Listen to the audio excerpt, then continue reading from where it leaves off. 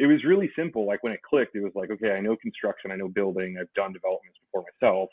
I know for sure that builders, from even like fix and flip guys all the way up to like, big home communities, they always want to buy. That is a group of people I know for sure. They have money that they want to spend and they always want to buy it because that's their business. So it was like, well, rather than sit and wait for 6 months for a family member to call me and ask me to sell their house, like I might as well go find that. And like, what better of a group of people to go after than people who I know for sure want to buy and need to buy for their business. Once I kind of came to that realization, I was like, okay, this is a great place for me to focus on as I'm starting. And I was Googling, top 200 builders in Washington State. And I got a list of those. And I went to every single person's website, pulled out their contact information. I would call them, ask for their acquisitions VP or whoever is in charge of acquisition. And I just built a huge list of that, would introduce myself. And then the other thing too, that just kind of I stumbled on was Facebook groups. And that was such a huge thing that accelerated all of that. There's Facebook groups out there for real estate investors. I mean, there's probably 20 of them in Seattle, and you just scroll through that group of people and you can see the post. Like somebody's like, hey, I have a off market in Tacoma for 300K, needs 100 grand, and then it'll sell for 600, whatever it is, And so I would just start picking out people out of that and messaging them, getting their emails. And then I built up a list of 400 people that I knew wanted to buy.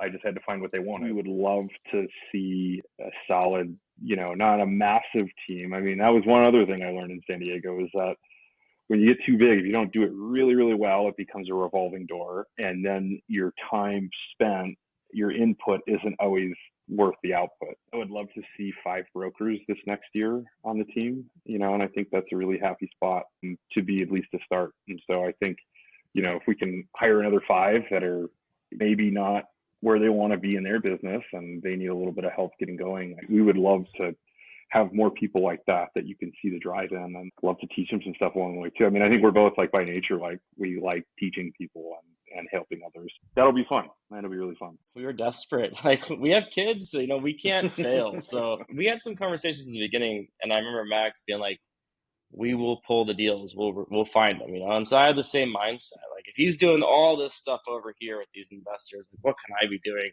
with my network, with my 100 and whatever past sales? Like there's deals in there too. You just have to maintain the relationship and, come from a place of, helping service. And that's what I approach all my clients with. I've done so many things beyond the scope of what you might think is in real estate, like whether it's, maintaining someone's yard while they're out of town or helping do a dump run with something, like just getting we were desperate. Like we have kids, so, we can't be honest. So I had some struggles at different points in my career, but I wouldn't take them back because ultimately it led to where I'm at now. And I think my advice to myself would be to not get too high and to not get too low. Because there is times when you're too low and like this is beyond real estate. Like if you pile on yourself when you're down, it's harder and harder to pull yourself back up. And I've been down a couple different times in my career.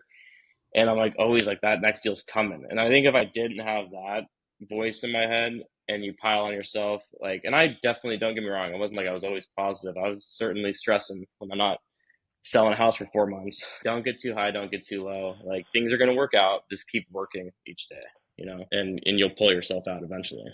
Love that.